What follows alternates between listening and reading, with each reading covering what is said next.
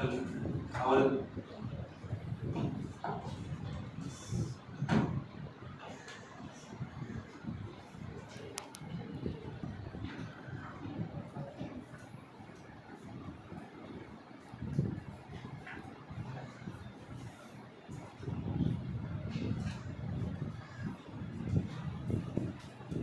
सर्वांना मानवता देवी. सर्वप्रथम आपण या ठिकाणी हा मानव डॉक्टर भीमराव आंबेडकर क्रांतीसूर्य ज्योतिराव फुले त्यांना विनम्र अभिवादनासाठी जमलेलो आहोत. कार्यक्रमास उशीर जरी झाला असला तरी आपण थांबलो. आता शेवटचा वक्ता असू शकतो असं सांगितलं मला सरांनी. आणि या सगळ्या स्वातंत्र्यानंतरच्या 75 वर्षात अभ्यास केला आहे. देतो जास्त वेळ घेणार नाही. सर्वात पहिले सरांनी मोठी चौकट मांडली की एका चौकटीत आपल्याला बोलायचे कोणाचे भावना दुखवायच्या नाही.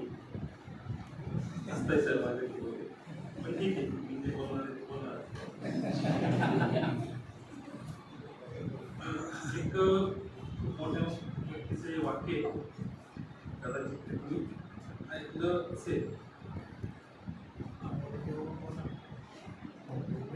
आंबेडकर आंबेडकर आंबेडकर ही बोलायची सुद्धा फॅशन झाली. पुढे जर देवाचं नाव घेतलं असतं कदाचित मला स्वर्गात वापस झालं. त्याला काही राजकीय येत नाही. पण ही जे वाक्य मोठ्या माणसाकडून आलेले त्याच्यावर तुम्ही सर्व विचार करू शकता की जो त्रास आंबेडकरांना त्यांच्या प्राईम टाईममध्ये भेटला असेल तो किती असेल. आज या ठिकाणी सर्व त्यांनी आंबेडकर आणि फुले एवढे माझ्या बातम्यांकडे मला बऱ्यापैकी सगळं खूप चांगलं कळालं त्यांच्याविषयी. तर मला कदाचित माझी दृष्टी नसेल तशी.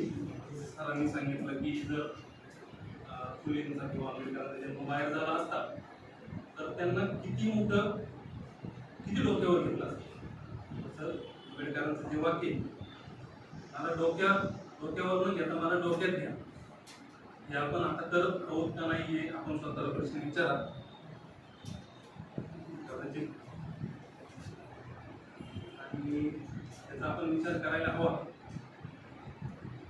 तर बोलण्यासारखं खूप काही, पण एक चौकट आणि टाइम कमी असल्यामुळे मी माझे 2-3 जे मी माझ्या अभ्यासातून फुले आणि आंबेडकरांना सांगतो. जो आत्मविश्वास होता, आत्मविश्वास हा खूप दृढ आणि हा आत्मविश्वास की अहंकार सगळी लेख वाचलाय. आंबेडकरांचा आत्मविश्वास की अहंकार. तर तो अहंकार आता मी तुम्हाला जे 5 मुद्दे मांडणार त्याच्यात तुम्हाला समजेल की तो अहंकार कसा होतो आंबेडकरांचा. असंख्य वाचन आणि प्रतिकूल परिस्थितीतून सगळ्यात पहिले त्यांनी शिक्षण घेतलं.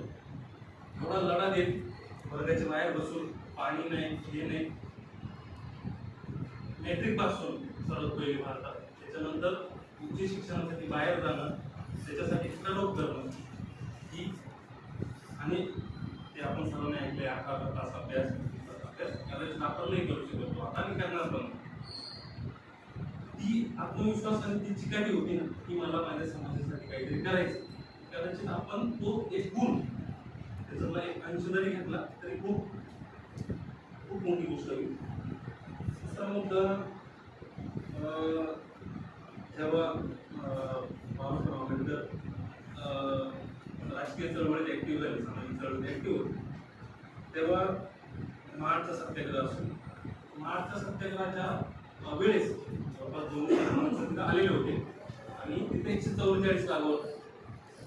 आणि त्या 144चा आता तुम्ही सर्व अभ्यास करता तर गोळीबारीचा सुद्धा आदेश असतो. त्या गोळीबारीच्या आदेशाला डावलून त्यांनी तो सत्याग्रह केला.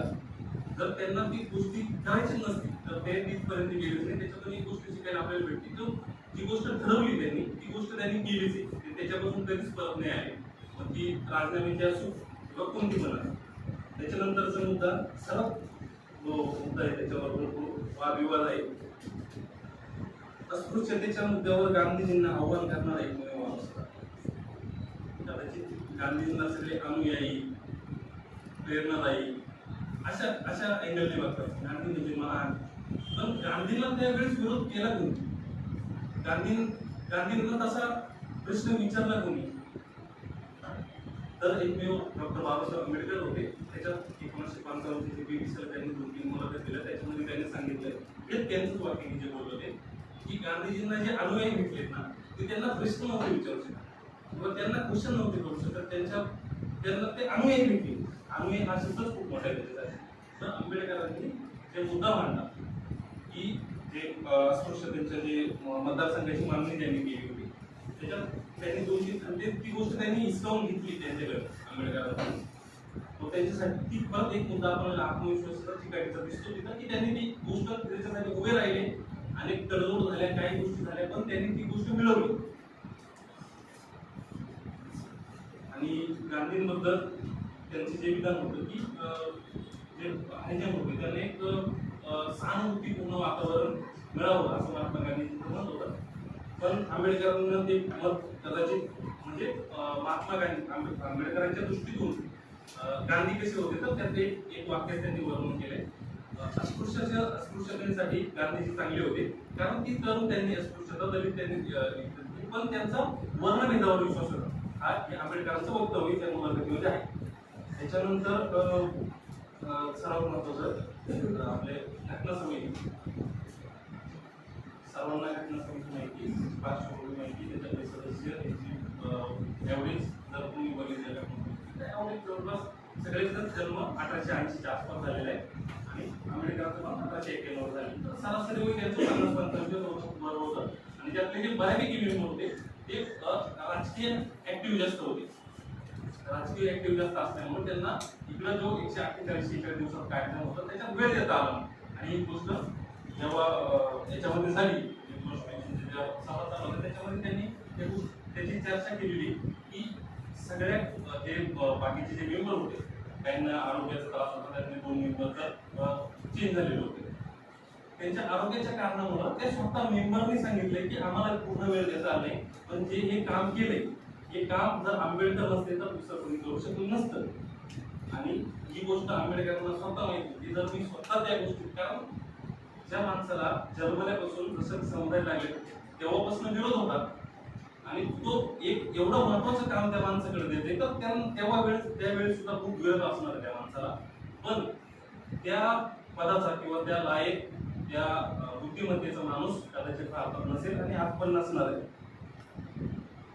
त्यामुळं आंबेडकर स्वतः त्या गोष्टीत इन्व्हॉल्व झाले. त्यांनी त्या गोष्टीचा अभ्यास केला. त्या गोष्टीसाठी आज पण आपण जी चौकडी चालतोय ते त्याच गोष्टीमुळे कदाचित जर हे नसते तर आज आपण काहीतरी वेगळं असतो. आणि 1956ला जो बौद्ध धर्माचा स्वीकार केला त्याच्या जवळपास 2 लाख बौद्ध धर्माचा स्वीकार केला. आज कोणताही राजकीय नेता त्याने 2 लाख लोकांना जमवून काही गोष्ट मोठी गोष्ट नाही. त्यावेळेची लोकसंख्या कदाचित 10-15-20 कोटीच्या आसपास असेल.